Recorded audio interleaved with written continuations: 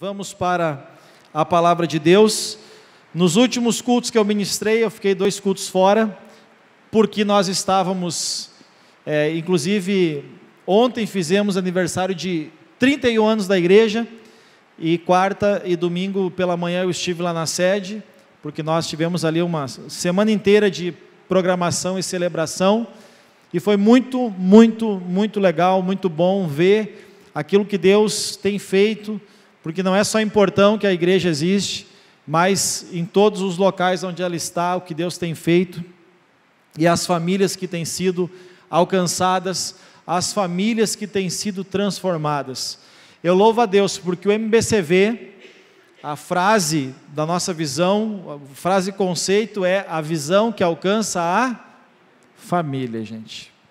E hoje eu ainda estava pensando, com o pessoal aqui, eu louvo a Deus por ser uma visão que alcança a família, porque eu vou pegar o exemplo do retiro da família.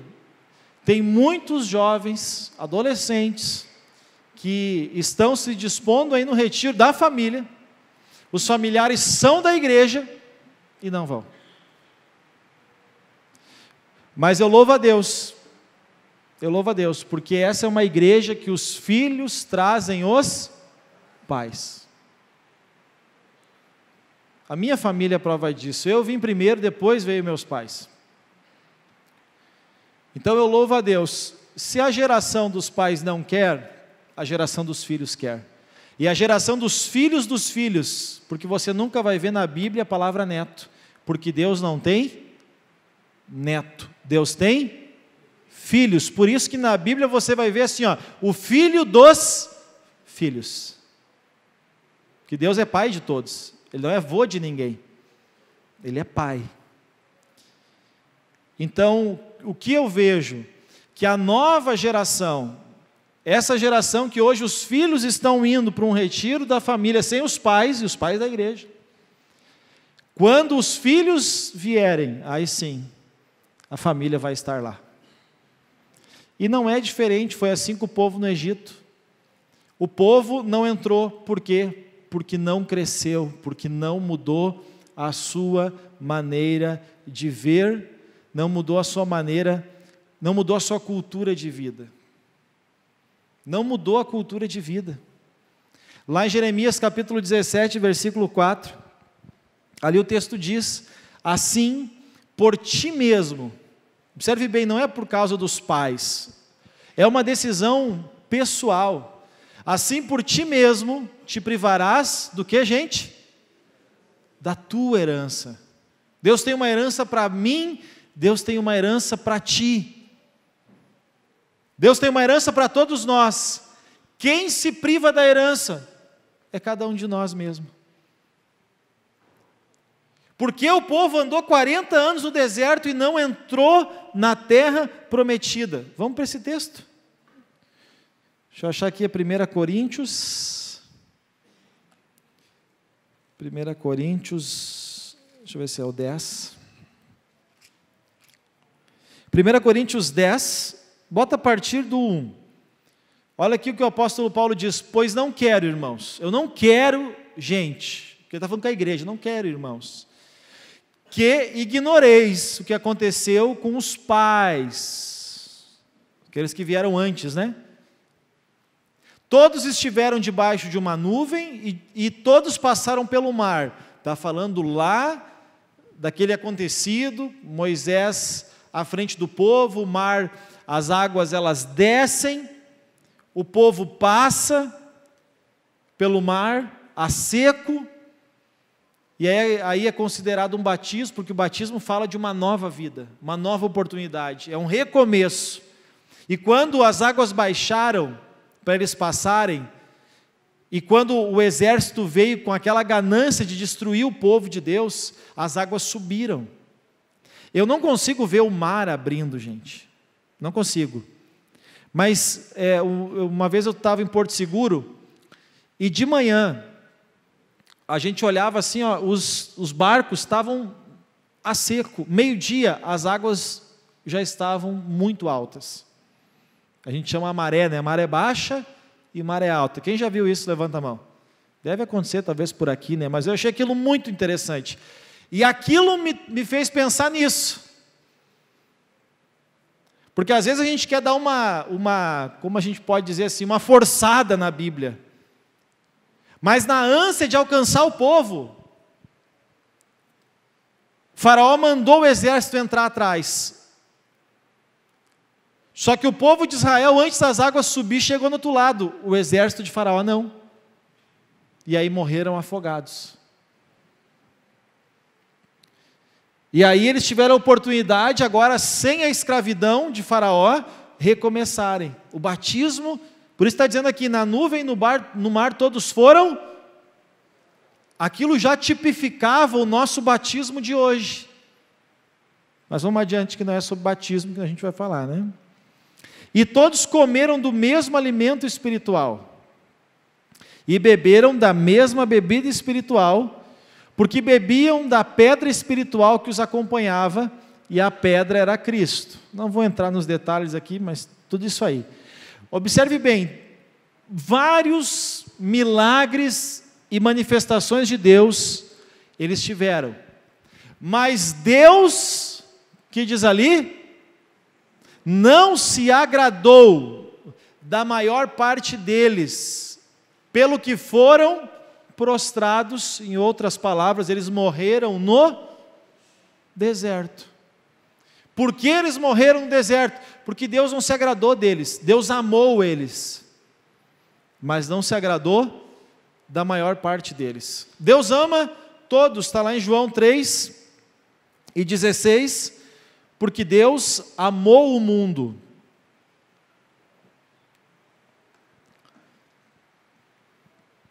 De tal maneira que deu seu Filho unigênito, para que todo aquele que nele crê não pereça, mas tenha vida. Deus amou o mundo, Ele não amou alguns. Deus não ama nós mais do que os outros. Deus amou todos iguais. Agora nós temos que saber, compreender e entender o que é o amor e o que é a justiça. Pelo amor, Ele amou a todos, mas Deus também é justo. E na sua justiça e nos seus padrões, Ele não se agradou da maior parte daqueles a quem Ele salvou. E aí morreram no deserto. O que é o deserto hoje? O que é o deserto hoje? A gente entende teologicamente que Faraó era o diabo, pela forma que oprimia e escravizava o povo. O Egito era o mundo. E o que é o deserto então? O deserto para nós é quando, apesar de salvos, nós não abandonamos a maneira errada de pensar. Isso é o deserto. As pessoas que vivem o deserto, vivem no deserto. Ou seja, vivem a suficiência, porque no deserto não faltou água, não faltou comida, não faltou roupa, não faltou o sol para esquentar no frio, e não faltou a sombra para eles durante o calor forte do deserto. Não faltou o que eles precisavam, mas também não tinham nada além disso. Se você olhar sinceramente para a sua vida, você vive um deserto ou você vive de uma maneira que a sua vida, ela tem para você e tem para aqueles que procuram socorro e ajuda em você? Como você enxerga a sua vida? Não estou falando financeira só, emocional, conjugal, relação com os filhos, relação com os pais, relações intersociais, profissional, financeira também, espiritual. Você tem sobrando ou você tem falta? O deserto é a suficiência.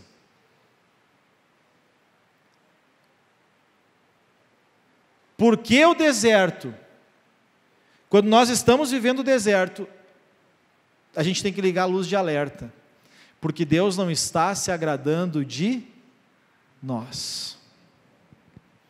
O deserto na vida é quando Deus não está se agradando de nós. Eu creio na salvação de muitos, mas Deus, Ele quer que nós desfrutamos daquilo que Ele preparou de melhor para nós. Mas por que não temos recebido? Isaías 1,19, ali já responde: se quiserdes e me ouvirdes, comereis o bem dessa terra. Vou voltar a dizer o que eu disse antes. O grande problema é que as pessoas não têm levado a sério o que Deus fala. Eu quero uma palavra de Deus. Senhor, fala comigo hoje. Ok. Deus fala com você, mas você leva a sério o que Ele falou? Deus tem falado conosco, mas nós temos levado a sério? Provérbios 22:17, olha o que diz esse texto. Inclina o teu ouvido, ouve as palavras dos sábios, e aplica o teu coração ao meu conhecimento. Eu pergunto, você tem inclinado os ouvidos para aprender? Você tem ouvido, você tem buscado palavras em pessoas mais sábias que você? E você tem aplicado o coração ao conhecimento que você tem recebido? Você ouvir algo, você recebeu uma instrução e não aplicar, é que nem ter uma semente e não plantar. Você receber uma instrução e não praticar, é como ter uma semente e não plantar. Vai colher? Não, gente. O que falamos no domingo retrasado? E eu acho que até na quarta-feira retrasada, a instrução ela é mais poderosa que a oração. A instrução é mais poderosa que a oração. E o problema das pessoas é não querer deixar a sua bagagem. Todos nós aqui trazemos uma bagagem espiritual, uma bagagem familiar, uma bagagem financeira. Todos nós trazemos uma bagagem. E a grande sacada é a gente tirar da nossa bagagem aquilo que está causando um peso, mas não nos dá as coisas necessárias para nós alcançarmos os nossos objetivos. Adianta você ter uma caixa de ferramenta, mas naquela caixa você não ter a ferramenta certa diante de um problema? Quantas vezes aconteceu, eu tenho uma mini caixa de ferramenta, mini, mas às vezes acontece de a ferramenta que eu preciso eu não ter naquela caixa, e aí resolve o meu problema? Não. Por isso que eu disse e repito, um grande problema das pessoas está na bagagem que carrega. Porque não adianta estar na direção certa e não ter as coisas necessárias na bagagem.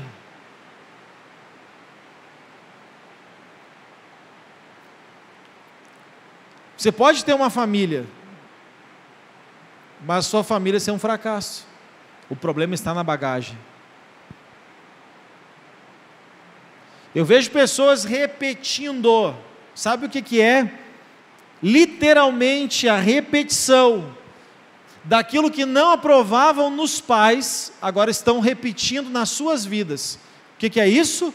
É a bagagem. é a bagagem que cada um carrega. Não tem as ferramentas necessárias para conseguir chegar num destino melhor. Estou me fazendo entender na aplicação que eu estou trazendo, sim ou não? Estão entendendo? A pessoa, ela tem, todos nós temos, até o desejo dos nossos pais, né, que a gente tenha um resultado melhor. Mas por que não temos?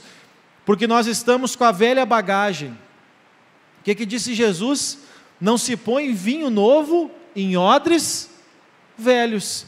Não se põe remendo de roupa nova em roupa velha, porque vai dar um estrago maior. A roupa nova, ela vai forçar a velha e o rombo vai ficar maior ainda. O vinho novo vai estourar o odre velho. Então, como nós queremos o novo, se nós não queremos deixar uma bagagem antiga? E lá, em Mateus 11, 28,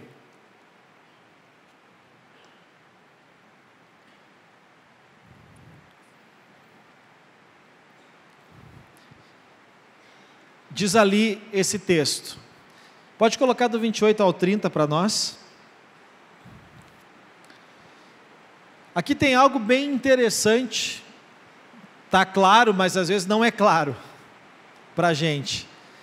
Por isso que mais importante do que ler a Bíblia é refletir nela. Não adianta você sair um dia cheio de semente, mas não entender a função de cada uma delas.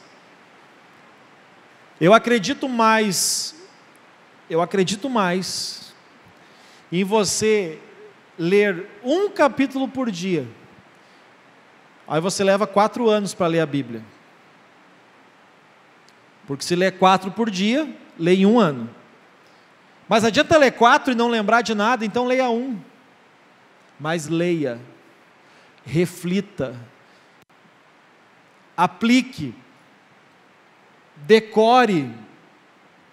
Eu tinha um professor que dizia assim, lê, agora falando de livro, né, um professor de faculdade, ele dizia, lê e degusta. O que era o degusta para ele?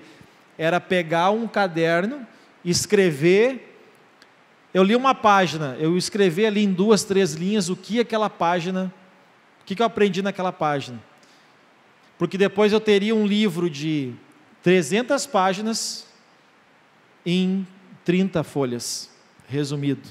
Então ele dizia, lê e degusta, lê e degusta. Assim a gente pode fazer com a palavra de Deus. Como é que você grava melhor? Como é que você grava melhor? Eu gravo bem, ouvindo e lendo e escrevendo. Eu preciso ler e escrever. Eu preciso ler e escrever. Ou ouvir e escrever. Eu admiro quem grava só ouvindo. Eu tinha um colega meu no 3º ano do 2º grau, o nome dele era Juliano. O homem levou um caderno, um lápis e uma caneta, ele levava no bolso, assim, ó. Ele levou o ano inteiro. Eu dizia para ele, homem, como é que tu consegue? É que eu gravo, eu aprendo ouvindo. Eu não. Eu fazia uma cola e não precisava usar. Porque daí eu sabia o que estava dizendo. O brabo é quando eu fazia a cola errada, né? Mas quando eu fazia a cola, eu não precisava usar. Podia emprestar para os outros. De que forma você aprende melhor? Você já pensou nisso? Você já pensou de que maneira você aprende melhor? Ninguém aqui aprende, cada um aprende de um jeito. Então, não é só ler a palavra. Eu tenho lido a Bíblia, minha vida não muda. É quem medita na palavra que tem a vida transformada. Amém? Está lá no Salmo 1, versículo 3. 2 e 3. Quem medita na palavra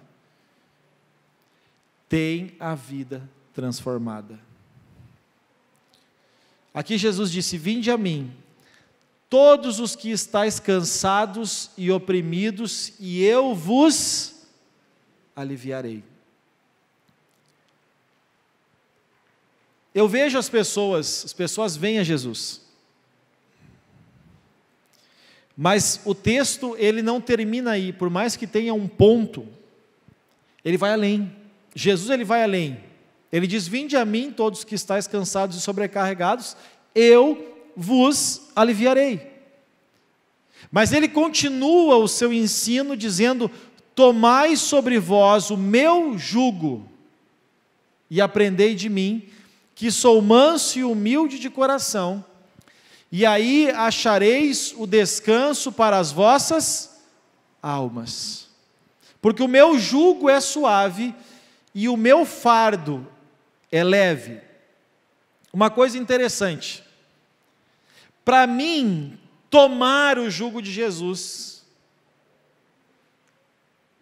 que foi a reflexão que eu fiz nesse texto, eu automaticamente preciso tirar o outro jugo que está sobre mim.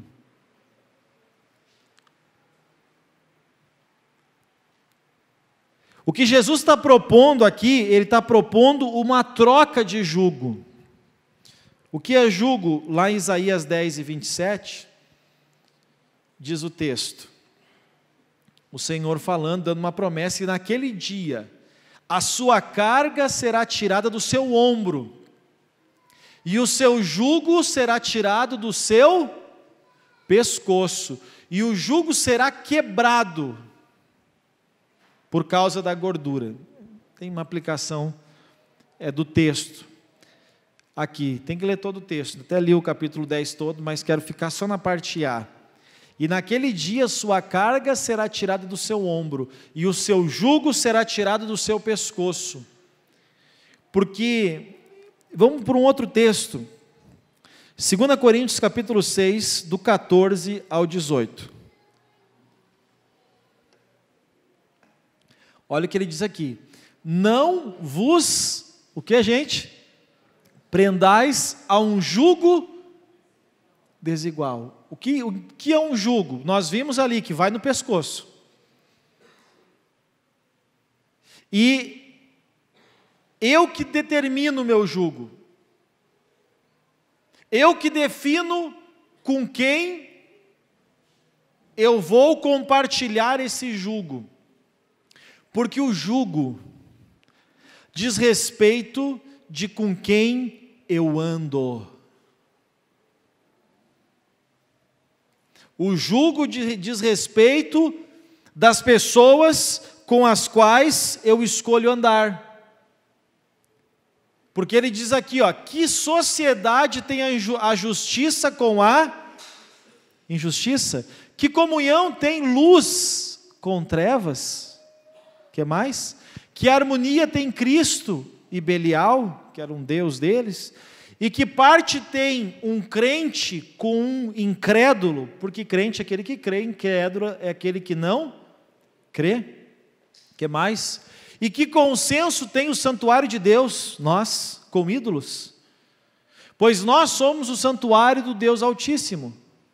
Como Deus disse, neles habitarei, entre eles andarei, eu serei o seu Deus e eles serão o meu povo.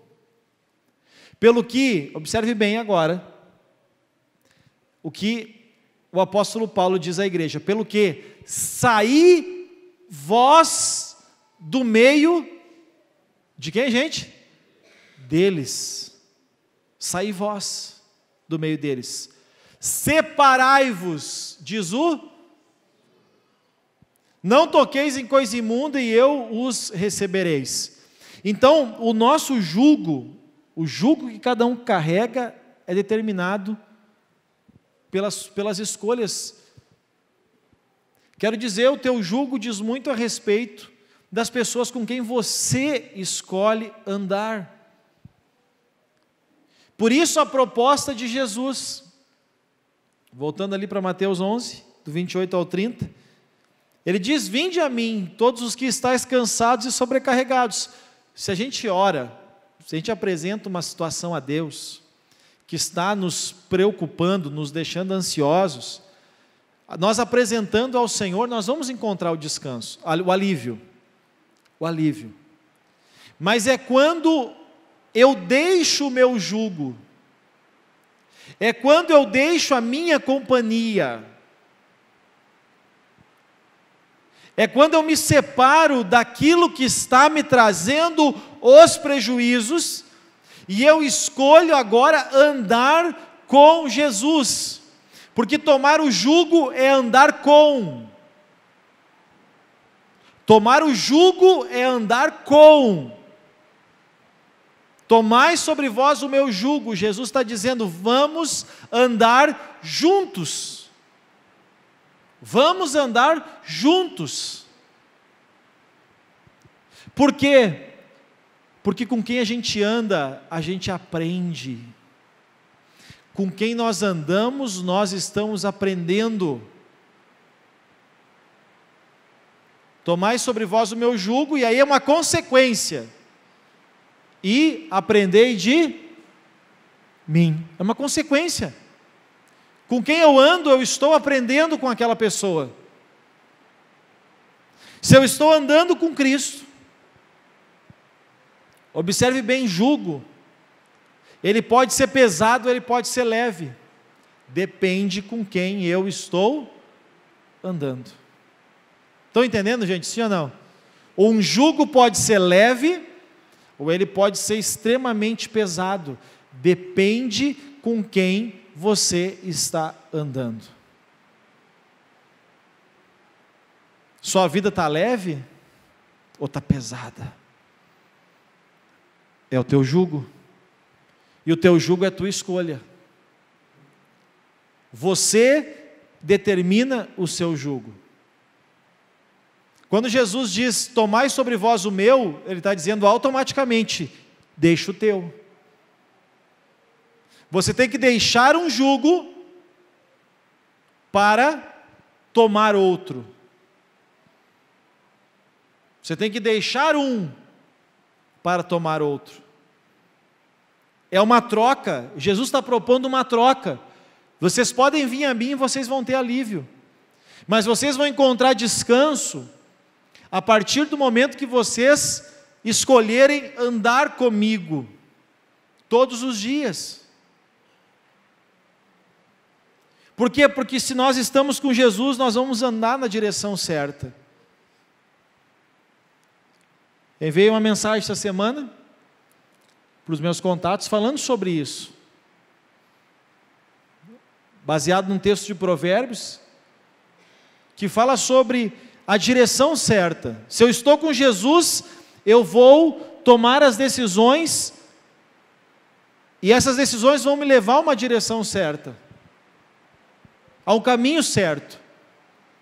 Porque se eu estiver no caminho errado, por mais rápido e capaz que eu seja, eu vou estar cada vez me distanciando mais do meu objetivo.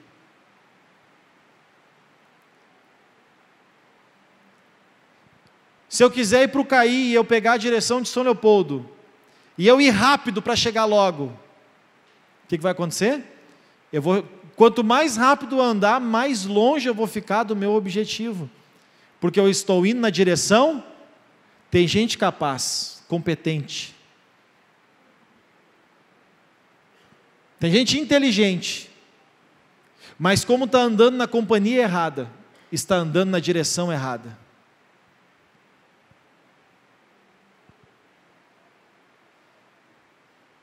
Por isso a importância de nós buscarmos a direção de Deus para a nossa vida. Porque aí podemos até andar mais devagar, mas vamos chegar no nosso destino. Vamos chegar no nosso objetivo. Vamos chegar onde nós queremos chegar.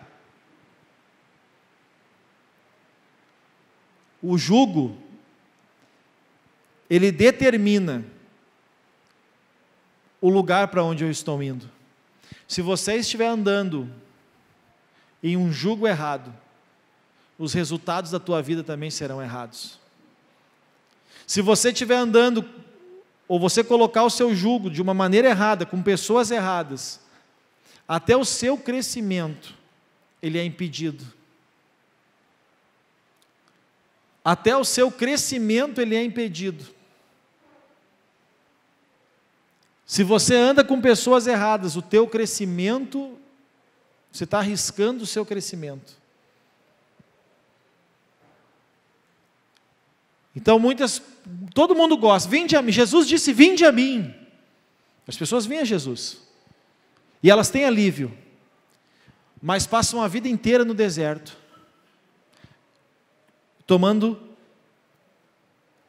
Buscando alívio. Sendo que o Senhor tem para nós o melhor dessa terra. E ainda o céu por herança. A gente fala pouco do céu. Mas a Bíblia diz, lá em 2 Coríntios 2:9, não precisa colocar, mas diz assim, aquilo que olhos não viram. A gente nunca viu nada parecido. Aquilo que ouvidos não ouviram. E jamais passou pela nossa mente. Imagina, a gente pensa em tanta coisa boa para nós, mas a palavra diz que aquilo que não passou pela nossa mente, ou seja, a gente não consegue mensurar, imaginar e nem sonhar o que Deus preparou para nós na eternidade. Sabe o melhor dessa terra? O céu é muito além disso. Amém? Por isso que, ainda bem, como diz aquele cantor Lázaro, né? Que eu vou morar no céu. Amém? Ainda bem que eu vou morar no céu. O Apocalipse já diz algumas coisas, lá não vai ter dor, lá não vai ter choro, lá não vai ter doença, não vai ter um montão de coisa, lá não vai ter filho. Filho é uma bênção, mas às vezes incomoda, sim ou não? Lá não vai ter marido e mulher, que é a coisa mais boa quando não incomoda, né? É ou não é? Quando está tudo certo, lá não vai ter nada disso. Porque aqui as melhores coisas da vida dão trabalho, sim ou não? A Bíblia diz que quem tem muito dinheiro, muito se incomoda. As melhores coisas dessa vida dão muito trabalho. No céu não vai ter nada disso. O céu é muito melhor. Mesmo assim, gente, não entrando nos méritos do céu, mas a palavra diz que o Senhor preparou para nós o melhor dessa terra. Mas o melhor dessa terra está condicionado a nós deixarmos o nosso jugo e a assumirmos esse jugo com Jesus. E ele termina dizendo, porque o meu jugo é suave. Se Jesus fosse um adolescente e tivesse nos nossos dias, ele ia dizer suave na nave, né? Suave, o meu jugo é suave, suave na nave. E o meu fardo é leve. Por quê? Porque um jugo era colocado, e até hoje um jugo é colocado para carregar fardos, para carregar alguma coisa. Eu andei muito de carreta de boi, aqui no Caí. Deus o livre, se os meus amigos lá de Novo Hamburgo imaginassem, eu ia ter muita vergonha. Mas no Caí eu adorava, ninguém me conhecia. Andava para cima e para baixo, perguntava ainda, quando é que nós vamos no centro de carroça de boi? Mas lá onde eu morava, quando passava uma charrete, eu ficava com vergonha da pessoa até. Mas ali no Caí ninguém me conhecia. Uma vez tinha uma dupla de boi cangado, né? Canga, eu conheço bem canga por causa disso. Né? Tive essa experiência. Daí tinha o quê? Uma junta de boi. O mineiro e o leão. O leão não podia ver criança. Ele tinha uns gompão para os lados, assim. Parecia o diabo mesmo. E aí o meu tio cortando coisa, nós ajudando, e ele soltava com aquelas cordas grandes, né? E uma hora eu estava meio perto dele, eu peguei uma bergamota e toquei, dei na testa dele assim. Ele me olhou e veio. E eu subi na carroça. E ele começou a dar chifrada na carroça, e aquela carroça levantava, e eu assim. Daqui a pouco veio meu tio, o que houve? Não sei. Ele não gosta de criança mesmo. É verdade o que falo desse boi aí, ele não é chegado em criança, né? Mas eu tinha provocado. Eu e meu primo, a gente brincava uma vez, a gente tinha uma vaca, o nome dela era Mimosa. E aí desmamaram o terneiro dela, né? E largaram ela num potreiro. Daí a gente entrava para ver quem aguentava mais fugindo dela dentro do potreiro. Imagina a brincadeira nossa, né?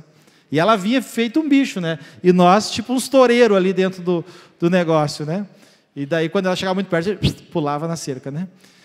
Então, já tive a minha experiência do campo. Tá? Não fiz nada, mas tive experiência, né? Então, meu pai me deixava lá, e aí, logo que meu tio assumiu uma chácara, não tinha banheiro, não tinha nada. A gente dormia no celeiro, né?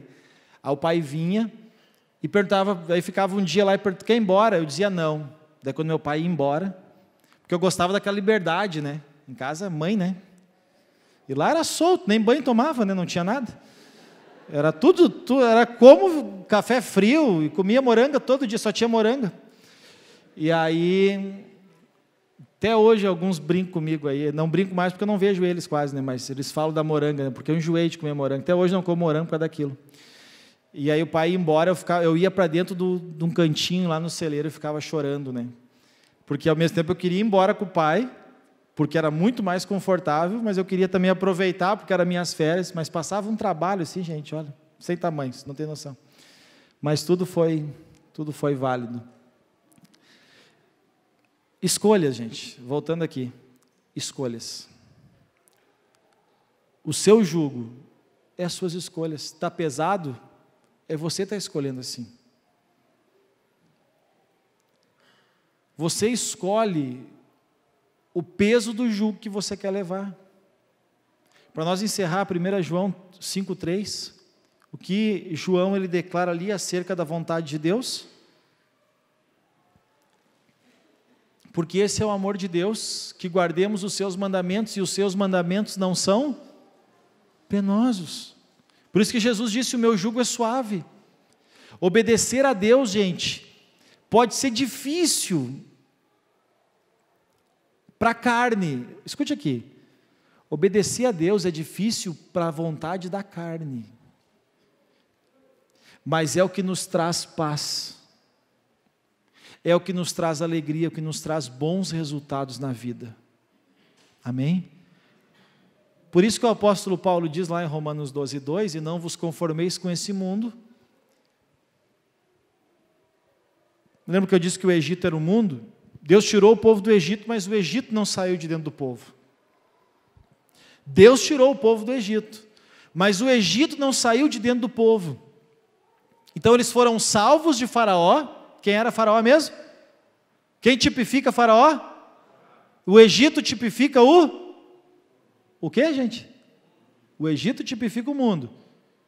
Faraó, o diabo. E Deus tem uma terra prometida. Mas entre a terra da promessa e o Egito tem o deserto. O que é o deserto? É eu sair do Egito, mas o Egito não sair de dentro de mim. É eu sair do mundo, mas o mundo não sair de dentro de mim. E aí o apóstolo Paulo diz, e não vos conformeis com este? O que é conformeis? É a forma do mundo. É quando você ainda tem a forma do mundo. É quando você ainda tem os padrões do mundo.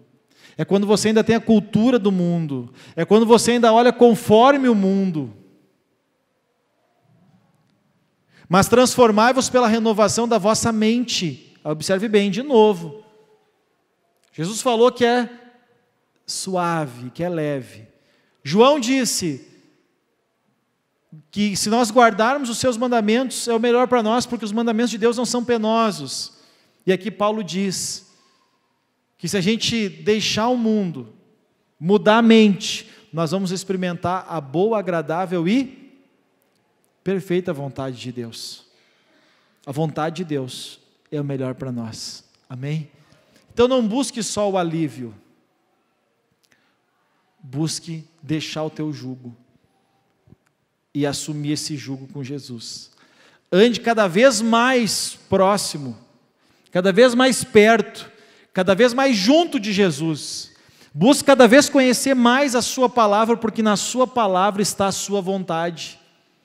E fazendo a vontade de Deus, a gente vai desfrutar do melhor dessa terra e vai estar garantindo aquilo que Deus preparou para nós na eternidade. Amém, gente? Vamos nos colocar de pé?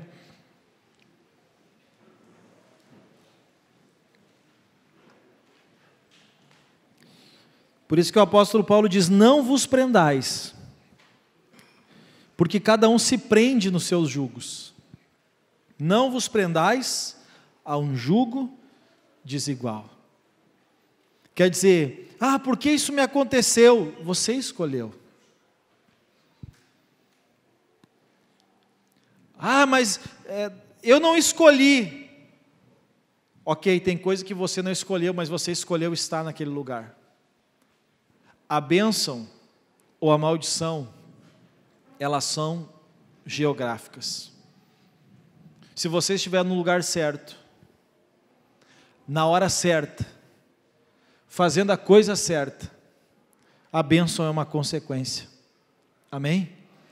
Observe bem, é no lugar certo, no tempo certo, fazendo as coisas da maneira. Porque eu posso estar no lugar certo, mas fazendo as coisas de maneira errada, não vai dar certo. Assim como eu posso estar no lugar certo na hora errada, vai dar errado. Assim como eu posso estar no lugar errado, fazendo as coisas da maneira certa, também não vai dar certo. Então, gente, a importância de buscarmos a cada dia, estar no lugar certo, na hora certa, fazendo as coisas certas.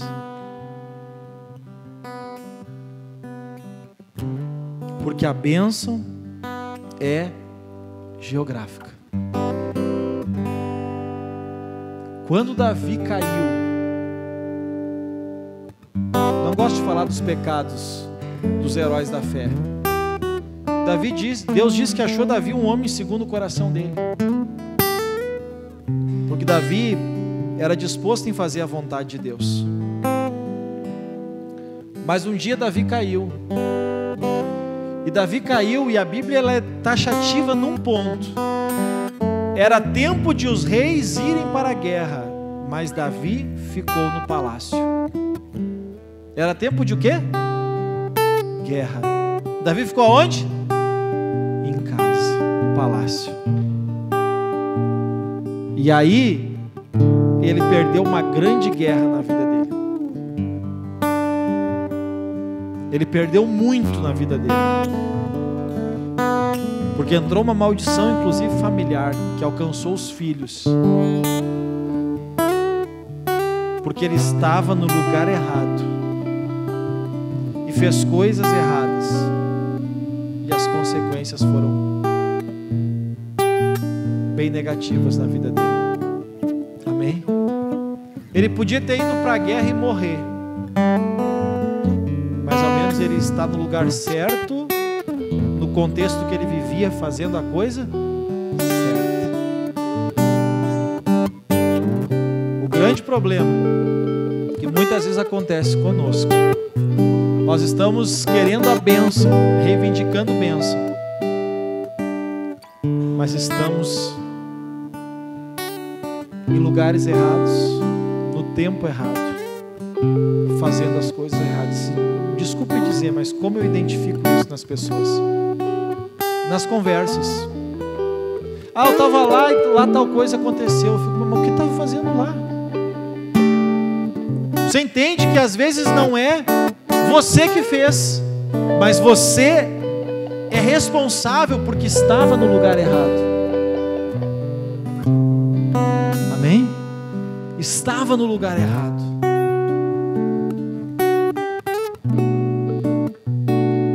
Fazendo, talvez, tentando fazer a coisa certa, mas está no lugar errado. Cuidado com o jugo. Cuidado com o jugo. Porque jugo diz respeito à companhia, à comunhão, a com quem eu ando. Eu posso ser uma pessoa muito certinha, mas eu posso estar no lugar errado, com pessoas erradas. Vamos orar. Pai, obrigado por essa noite. Obrigado pela Tua palavra. Obrigado, Espírito Santo, pela direção, pela instrução, pela correção. Obrigado pela forma como o Senhor tem falado com cada um de nós. Ajuda-nos, ó Espírito Santo, para que venhamos a olhar para nós mesmos, a rever os nossos caminhos, considerarmos os nossos caminhos. Nos ajuda a olhar para a nossa vida e ver, ó Pai, onde está o nosso jugo. Nos ajuda a deixar esse jugo ao qual nós decidimos e ao qual nós nos prendemos. Nos ajuda a tomarmos o jugo de Cristo, a com Cristo andarmos. Senhor, que Tu possas trazer o alívio que cada um veio buscar nessa noite, mas que acima do alívio, que haja uma disposição interior, que haja entendimento de cada um de nós, que venhamos a buscar esse jugo de Cristo, esse jugo que é suave, esse fardo que é leve, que venhamos a buscar andar em comunhão e na direção do Senhor para a nossa vida. Eu abençoo a todos e peço a Ti, ó Espírito Santo, que pegue essas verdades da palavra que foram transmitidas e transforme, e que através da Tua presença Tu continue falando ao entendimento de cada um dos que aqui vieram, que cada um tenha a oportunidade de corrigir os seus caminhos, para que não venham a morrer no deserto vivendo a suficiência, mas que venha a desfrutar da herança que o Senhor tem para nós, das promessas da terra prometida que o Senhor tem determinado para nós, Pai. Em nome de Jesus nós oramos e Te agradecemos. Amém.